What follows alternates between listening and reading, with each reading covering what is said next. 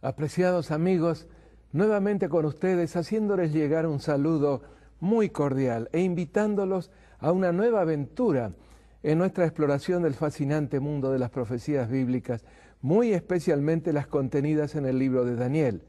Escrito en el siglo VI a.C. por un destacado estadista de dos imperios, el babilónico y el medo-persa, pero también y sobre todo por un verdadero profeta de Dios. Las profecías que contiene han iluminado con certeza al pueblo de Dios por 27 siglos ya, y continuarán haciéndolo hasta el glorioso tiempo cuando Dios habrá de tomar el control definitivo del destino de este mundo, violento, rebelde y agobiado como lo es. ¿Lo declaran realmente así las profecías? Sí, y en varios de sus pasajes. Permítanme citar tan solo unos pocos de ellos. Y en los días de estos reyes, el Dios del cielo levantará un reino que no será jamás destruido, ni será el reino dejado a otro pueblo. Desmenuzará y consumirá todos estos reinos, pero Él permanecerá para siempre. Daniel 2:44. En aquel tiempo se levantará Miguel, el gran príncipe que está de parte de los hijos de tu pueblo, y será tiempo de angustia, cual nunca fue desde que hubo gente hasta entonces, pero en aquel tiempo será libertado tu pueblo, todos los que se hallen escritos en el libro. Daniel 12:1. Y uno más. Llegó el tiempo y los santos recibieron el reino. Y que el reino y el dominio y la majestad de los reinos debajo de todo el cielo sea dado al pueblo de los santos del Altísimo, cuyo reino es reino eterno, y todos los dominios le servirán y obedecerán. Daniel 7, 22 y 27. Hermosos pasajes, llenos de consoladora esperanza y tan próximos en sus cumplimientos. Sí, amigos, este maravilloso libro es más que digno de todo el tiempo que podamos dedicarle. En nuestro estudio anterior, llegamos a Daniel capítulo 9, verso 24, el pasaje que, como recordarán, anticipa 6 cumplimientos notables que habrían de verificarse en relación con la primera venida de Cristo. Gabriel, con términos muy solemnes, expresó así esos 6 hechos portentosos. Daniel, ahora he salido para darte sabiduría y entendimiento. Al principio de tus ruegos fue dada la orden y yo he venido para enseñártela, porque tú eres muy amado. Entiende pues la orden y entiende la visión. 70 semanas están determinadas sobre tu pueblo y sobre tu santa ciudad, para terminar la prevaricación y poner fin al pecado y expiar la iniquidad, para traer la justicia perdurable y sellar la visión y la profecía, y ungir al santo de los santos. Daniel 9, 22 al 24. Concluido nuestro análisis de nuestro tema anterior, intentaré ahora la síntesis. Los capítulos 8 y 9 representan una unidad, explicándose en el 9 un punto sumamente importante que había quedado pendiente del capítulo 8, el comienzo y la conclusión de los 2300 años mencionados en el verso 14. En el capítulo 8, la referencia a la secuencia de los imperios universales es sumamente escueta. Los 208 años de la historia de Medo-Persia, el carnero bicornio, y los 163 años de la de Grecia, el macho cabrío o chivo unicornio, 371 años en total, pasan como una exhalación, cubiertos en tan solo 6 versos del capítulo. En el año 168 a.C., Grecia cayó derrotada por el cuerno pequeño romano, el mismo del capítulo 7, nuevo poder emergente que tomó en sus manos de hierro el cetro del mundo de aquel entonces. Luego de una fase política de algunos siglos, la Roma de los Césares cambió sorpresivamente su naturaleza, transformándose ahora en la Roma de los Césares religiosos o papas, motivados por el mismo afán de dominio mundial que había caracterizado a los 4 imperios universales que lo precedieron. Al penetrar en el ámbito de lo religioso, el cuerno pequeño romano lanzó una feroz persecución contra los verdaderos cristianos, crueldad extrema que se extendió por algo más de 12 siglos o 1260 años, para ser exactos, animada por un objetivo obsesivo de dominio, eliminar de las mentes de los hombres todo conocimiento del continuo o continuidad de Cristo, el maravilloso y providente ministerio intercesor que Cristo desempeña en el santuario celestial. El éxito que acompañó esa prolongadísima campaña de exterminio de los verdaderos hijos de Dios le permitió al cuerno pequeño romano imponer una sustitución, un remedo de la obra intercesora de Cristo, una osada falsificación de la misma, referida indistintamente en el libro de Daniel como prevaricación en el capítulo 8, versículo 12, el colmo de las transgresiones en el capítulo 8, versículo 23, y abominación desoladora en 11:31 y 12:11. Esa penosa situación habría de extenderse durante 2300 años, a cuyo término, en palabras de Miguel, el santuario habría de ser purificado. ¿Qué garantía habría de tal restauración del santuario o continuo al cabo de ese lapso tan enormemente prolongado? La garantía anticipada en Daniel 9:24 habría de estar representada por los cumplimientos respectivos en un lapso de tan solo 7 años, de 6 hechos, todos ellos relacionados con la muerte de Cristo en la cruz y la consiguiente inauguración con su sangre del santuario celestial. En síntesis, la inauguración de la obra exclusiva de Cristo en ese santuario durante esa última de las 70 semanas de años habría de proporcionar la absoluta certeza de su purificación o restauración al cabo de los 2300 años. Claro, lo que acabo de decir suscita una serie de preguntas muy serias. ¿Qué es ese santuario celestial? ¿Cuál es la obra que Cristo realiza en sus recintos? ¿Por qué habría que purificarlo?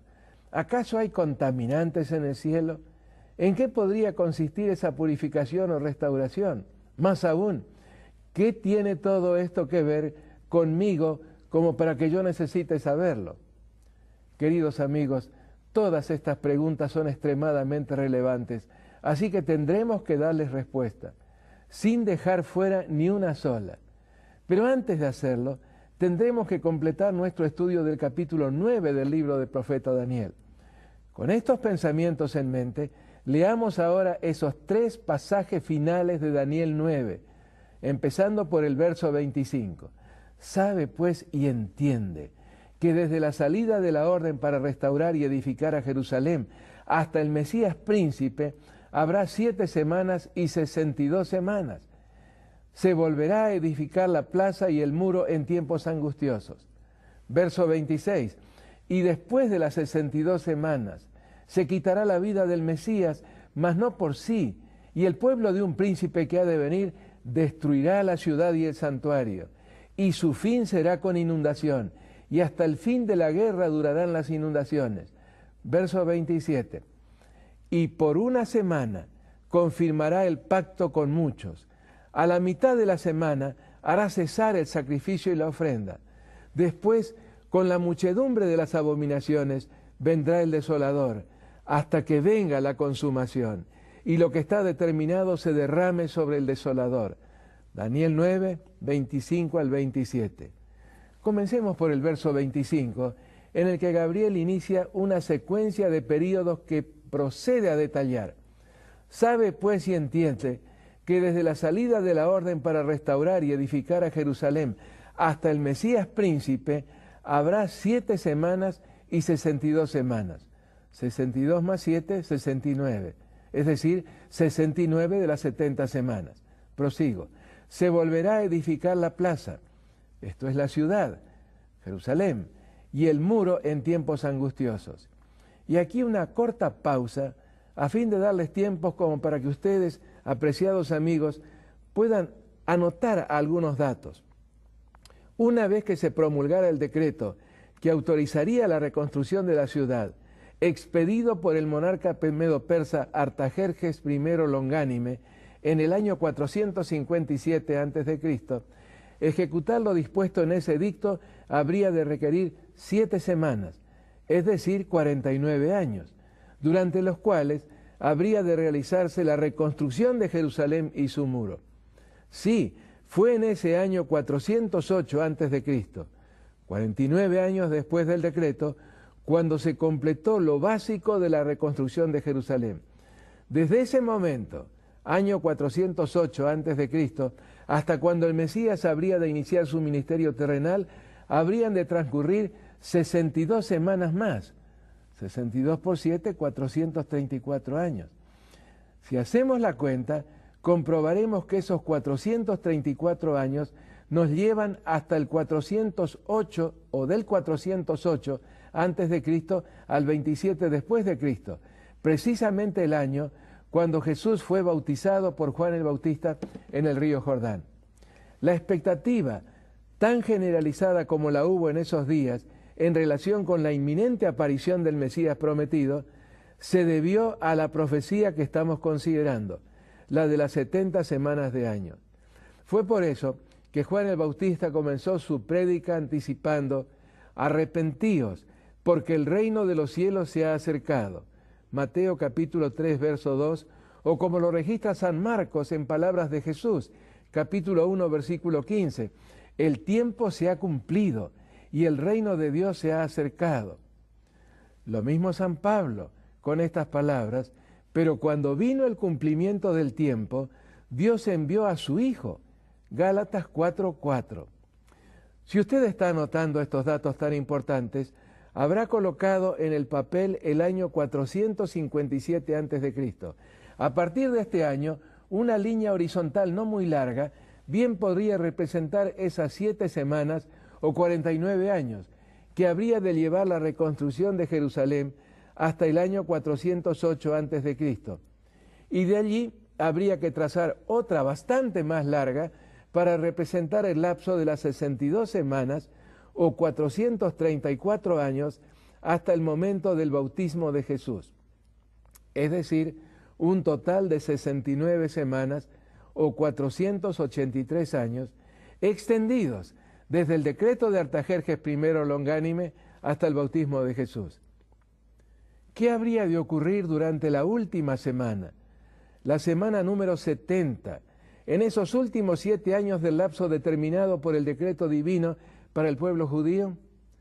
Ya vimos, y con bastante detalles, los 6 cumplimientos anticipados por Gabriel en el verso 24.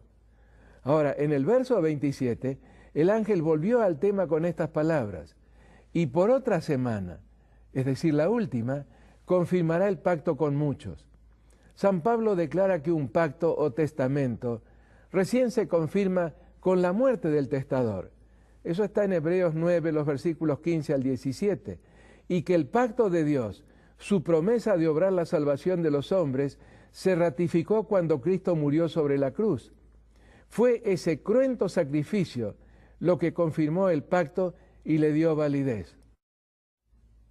La verdad es que ninguna otra cosa podría haberlo logrado. Sí, en esa última de las 70 semanas, con su muerte vicaria, el Mesías príncipe habría de confirmar el pacto con muchos. Pero hay algo más en el verso 27. Este verso nos dice cuándo y cómo habría de confirmarse el pacto con muchos. A la mitad de la semana hará cesar el sacrificio y la ofrenda. Clarísimo. Esa confirmación del pacto, ese sacrificio supremo que habría de terminar con todos los sacrificios litúrgicos o ceremoniales que lo prefiguraban, habría de ocurrir exactamente 3 años y medio después del bautismo de Jesús. Se cumplió con asombrosa exactitud. Luego de un ministerio de 3 años y medio, precisamente media semana de años después de su bautismo, Jesús murió sobre la cruz del Calvario.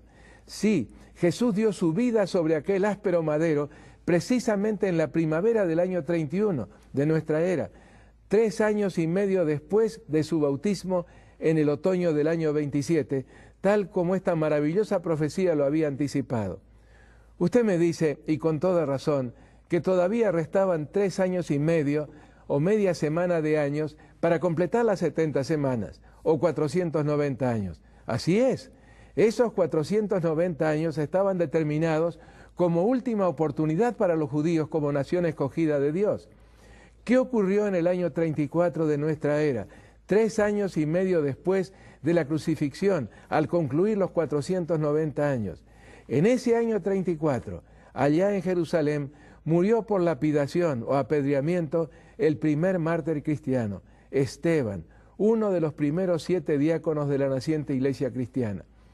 Esta ejecución, decidida por el Sanedrín de la nación judía, no fue en vano. Uno de los verdugos, Saulo de Tarso, joven y notable teólogo judío, al ver cómo moría Esteban, perdonando a quienes le estaban asesinando, recibió un impacto decisivo en su vida. Con la muerte de Esteban, concluyó el último plazo de oportunidad que Dios había otorgado a los judíos como nación, y con ello se abrió la puerta de la salvación a los gentiles, obra que el mismo Saulo de Tarso, convertido ahora en San Pablo, llevó a cabo en forma tan sacrificada como poderosa y efectiva. Abro aquí un corto paréntesis a fin de evitar un posible malentendido. Por haber rechazado a Cristo, cuando los dirigentes judíos dijeron a Pilato que no tenían otro rey que el César y que por eso Jesús debía morir por pretender ser rey, los judíos se retiraron definitivamente y por su propia elección de la teocracia, esto es, del gobierno de Dios. Por esa razón, Dios ya no pudo utilizarlos más como sus mensajeros al mundo, como sus representantes en la tierra. Su rechazo que del Mesías habían realizado determinó el rechazo de ellos como nación, como pueblo escogido, pero no como individuos.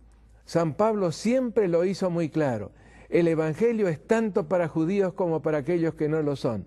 Esta es una de las verdades que tal vez más se reitera en el Nuevo Testamento, que Dios tiene un pueblo sobre la tierra, una iglesia, y que la misma está constituida por judíos y gentiles, quienes al aceptar a Cristo dejan de ser judíos o gentiles para pasar a ser cristianos, únicos herederos de las promesas hechas por Dios a Abraham. En la familia de Dios no hay hijos favoritos y otros que no lo son. Esta es una maravillosa familia en la que todos los que aceptaron o aceptamos a Cristo Jesús como nuestro único y suficiente Salvador, nuestro único y suficiente abogado y sumo pontífice, estamos en pie de igualdad, gozando de los mismos privilegios y aceptando las mismas responsabilidades. La única condición para ingresar a la verdadera iglesia de Dios es aceptar a Jesús, la simiente de Abraham, como nuestro Salvador. Volvamos ahora por un momento al verso 25. Sabe pues y entiende que desde la salida de la orden para restaurar y edificar a Jerusalén hasta el Mesías príncipe habrá 7 semanas y 62 semanas. Se volverá a edificar la plaza y el muro en tiempos angustiosos. Estas primeras 69 semanas, equivalentes a 483 años, resultantes de multiplicar 69 por 7, habrían de dividirse en 2 subperíodos, uno de 7 semanas, esto es 49 años, durante el cual se completaría la tarea prevista en el decreto de Artajerjes I, la reconstrucción de la ciudad de Jerusalén, y otro de 62 semanas, o sea 434 años, que concluiría en el momento cuando Cristo, luego de su bautismo por Juan el Bautista en el río Jordán, iniciara su ministerio allá en Judea, hacia fines del año 27 de la era cristiana. Prosiguió Gabriel, verso 26, y después de las 62 semanas, se quitará la vida al Mesías, mas no por sí. Esta última frase, mas no por sí, se traduce mejor como solo, sin que nadie le ayudara. Continúo con el verso. Y el pueblo de un príncipe que ha de venir destruirá la ciudad y el santuario, y su fin será con inundación. Una inundación es figura común en la Biblia para referirse a una gran destrucción. Y hasta el fin de la guerra durarán las devastaciones. Por esas mismas fuerzas invasoras, claro está. Ese período especial de oportunidad otorgado por Dios al pueblo judío, su pueblo en aquellos tiempos del Antiguo Testamento, habría de iniciarse con la reconstrucción de la ciudad destruida desde que las fuerzas babilónicas la tomaran en el año 586 a.C. Concluido ese lapso de oportunidad de 490 años, y por haber rechazado a su Rey y Salvador, el Mesías prometido, habrían de experimentar nuevamente la destrucción del santuario y de la ciudad, por obra de los romanos, esta vez en forma definitiva. Destino tristísimo y totalmente innecesario. Fue el conocimiento anticipado de ese destino lo que llevó a Jesús a llorar sobre la ciudad que lo rechazaba. ¿Recuerdan, amigos, aquel incidente del Domingo de Ramos, de la entrada triunfal de Jesús en Jerusalén? En un momento del descenso por la cuesta del Monte de los Olivos, Jesús se detuvo y con lágrimas en los ojos exclamó aquellas palabras que sobrecogieron a quienes lo venían escoltando con tanto júbilo. Oh, si también tú conocieses, a lo menos en este tu día, lo que es para tu paz. Mas ahora está encubierto de tus ojos, porque vendrán días sobre ti cuando tus enemigos te rodearán con vallado, y te sitiarán, y por todas partes te estrecharán, y te derribarán en tierra, y a tus hijos dentro de ti, y no dejarán sobre ti piedra sobre piedra, por cuanto no conociste el tiempo de tu visitación. Esto es el tiempo de tu última oportunidad. Lucas, el capítulo 19, los versículos 41 al 44. Tal como Gabriel se lo anticipara a Daniel, y tal como 5 siglos más tarde Cristo lo corroboró proféticamente, todo se cumplió exactamente como había sido predicho. El templo y la ciudad fueron totalmente destruidos por los romanos, comandados por el general Tito, primero en el año 70 y por el emperador Adriano, ya en forma total unos 65 años más tarde. Las palabras de Gabriel concluyen en el verso 27. Todo eso habría de ocurrir al pueblo judío como resultado de su obstinada rebelión en el cumplimiento de los propósitos divinos. Rebelión que llegó a su expresión final en los eventos de la última de las 70 semanas, los últimos 7 años de los 490 años. Siempre en palabras de Gabriel. Y por otra semana confirmará el pacto con muchos. ¿Cómo habría de confirmarse el pacto de Dios para la salvación de los hombres? Aquí está, a la mitad de la semana, esto es, 3,5 años después del bautismo de Jesús, hará cesar el sacrificio y la ofrenda. Con la muerte de Cristo sobre la cruz, caducaron todos los sacrificios y todas las ofrendas que lo prefiguraban. ¿Qué ocurriría después?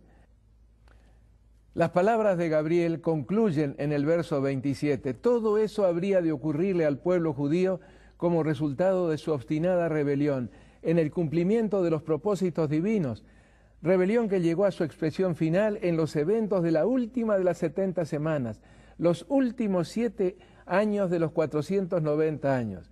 Siempre en palabras de Gabriel, y por otra semana confirmará el pacto con muchos.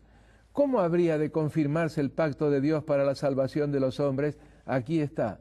A la mitad de la semana, esto es, 3,5 años después del bautismo de Jesús, hará cesar el sacrificio y la ofrenda. Con la muerte de Cristo sobre la cruz, caducaron todos los sacrificios y todas las ofrendas que lo prefiguraban. ¿Qué ocurriría después?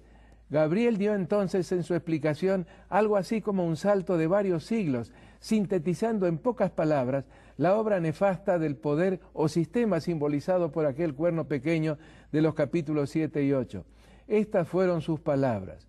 Después, un después sin plazo y sin fecha en este capítulo, con la muchedumbre de las abominaciones, vendrá el desolador. La abominación desoladora, a la cual ya identificamos en temas anteriores, hasta que venga la consumación y lo que está determinado se derrame sobre el desolador. Sí, el responsable de todo este atropello no había de escapar impune. Al tiempo de la consumación, primero en 1798, cuando habría de recibir una herida aparentemente mortal, de la cual se recuperaría en forma asombrosa, según Apocalipsis 13, 3 y 4, y segundo y definitivamente en la consumación, al regreso de Cristo, cuando será arrojado al lago de fuego y azufre, Apocalipsis 19, versículo 20, del cual ya no escapará. Qué serio y solemne es todo esto. Leamos ahora estos 4 pasajes, comenzando con el verso 24, una vez más. 70 semanas están determinadas sobre tu pueblo y sobre tu santa ciudad, para terminar la prevaricación y poner fin al pecado y expiar la iniquidad, para traer la justicia perdurable y sellar la visión y la profecía, y ungir al Santo de los Santos. Verso 25, sabe pues y entiende que desde la salida de la orden para restaurar y edificar a Jerusalén hasta el Mesías príncipe, Habrá 7 semanas y 62 semanas. Se volverá a edificar la plaza y el muro en tiempos angustiosos. Verso 26 ahora. Y después de las 62 semanas se quitará la vida al Mesías, mas no por sí, y el pueblo de un príncipe que ha de venir destruirá la ciudad y el santuario, y su fin será con inundación, y hasta el fin de la guerra durarán las devastaciones. Verso 27, y ahora último, y por otra semana confirmará el pacto con muchos. A la mitad de la semana hará cesar el sacrificio y la ofrenda. Después, con la muchedumbre de las abominaciones, vendrá el desolador hasta que venga la consumación, y lo que está determinado se derrame sobre el desolador. Y ahora estamos en condiciones de entrar al corazón mismo de la Biblia, el gran tema del santuario, tan vital e importante que sin un conocimiento por lo menos mínimo del mismo, se nos escapará el significado básico del 75% de la Biblia, o lo que es lo mismo, de 3 de cada 4 páginas de la palabra de Dios. Ya habrán advertido ustedes, amigos, que este asunto del santuario tiene bastante más relevancia de la que tal vez se le atribuye. De hecho, mucha mayor trascendencia de la que le presta en general la teología contemporánea. ¿Qué se entiende por santuario en la Biblia? Lo vamos a estudiar con mayor detalle en nuestro próximo encuentro. Y ahora elevemos nuestros pensamientos a Dios en una plegaria. Te alabamos, oh nuestro amoroso Padre Celestial, por el maravilloso mensaje de tu santa palabra y por Cristo Jesús, nuestro Creador y Salvador. Cuánto te agradecemos por poder confiar plenamente en ti. Bendice a cada uno de nuestros amables oyentes y también a los miembros de sus familias. Gracias por escucharnos y por atender nuestra súplica. En el nombre de Jesús, nuestro único y suficiente mediador en el santuario celestial, te lo pedimos y te lo agradecemos. Amén. Apreciados amigos, realmente tocamos con la punta de los dedos uno de los temas vitalísimos de la palabra de Dios. Me refiero al tema del santuario. Y quiero insistir en que volvamos a encontrarnos, porque en nuestra próxima ocasión, nuestro próximo estudio, vamos a profundizar en este tema, que es en realidad el tema de toda la Biblia, el gran eje doctrinal de todo lo que la palabra de Dios tiene para decirnos en relación a la salvación. Es en realidad el escenario en el cual el Señor Jesucristo obra nuestra salvación.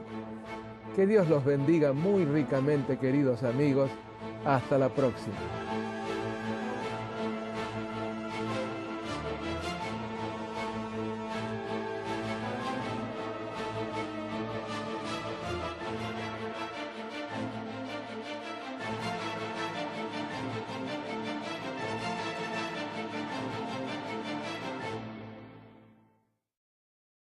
Pueblo, todos los que se hallen escritos en el libro.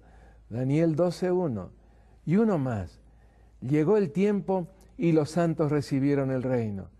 Y que el reino y el dominio y la majestad de los reinos debajo de todo el cielo sea dado al pueblo de los santos del Altísimo, cuyo reino es reino eterno, y todos los dominios le servirán y obedecerán. Daniel 7, 22 y 27. Hermosos pasajes, llenos de consoladora esperanza y tan próximos en sus cumplimientos. Un destacado estadista de 2 imperios, el babilónico y el medo-persa, pero también y sobre todo por un verdadero profeta de Dios. Las profecías que contiene han iluminado con certeza al pueblo de Dios por 27 siglos ya, y continuarán haciéndolo hasta el glorioso tiempo cuando Dios habrá de tomar el control definitivo del destino de este mundo, violento, rebelde y agobiado como lo es. ¿Lo declaran realmente así las profecías? Sí, y en varios de sus pasajes. Pero sí, amigos, este maravilloso libro es más que digno de todo el tiempo que podamos dedicarle. En nuestro estudio anterior, llegamos a Daniel capítulo 9, verso 24, el pasaje que, como recordarán, anticipa 6 cumplimientos notables que habrían de verificarse en relación con la primera venida de Cristo. Gabriel con términos muy solemnes, expresó así esos 6 hechos portentosos. Daniel, ahora he salido para darte sabiduría y entendimiento. Permítanme citar tan solo unos pocos de ellos. Y en los días de estos reyes, el Dios del cielo levantará un reino que no será jamás destruido, ni será el reino dejado a otro pueblo. Desmenuzará y consumirá todos estos reinos, pero él permanecerá para siempre. Daniel 2:44.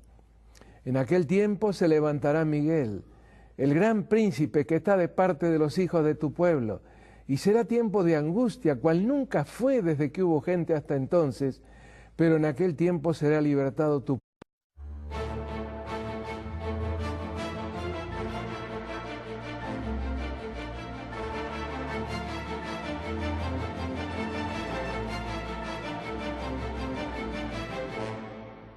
Apreciados amigos, nuevamente con ustedes, haciéndoles llegar un saludo muy cordial e invitándolos a una nueva aventura en nuestra exploración del fascinante mundo de las profecías bíblicas, muy especialmente las contenidas en el libro de Daniel, escrito en el siglo VI a.C. por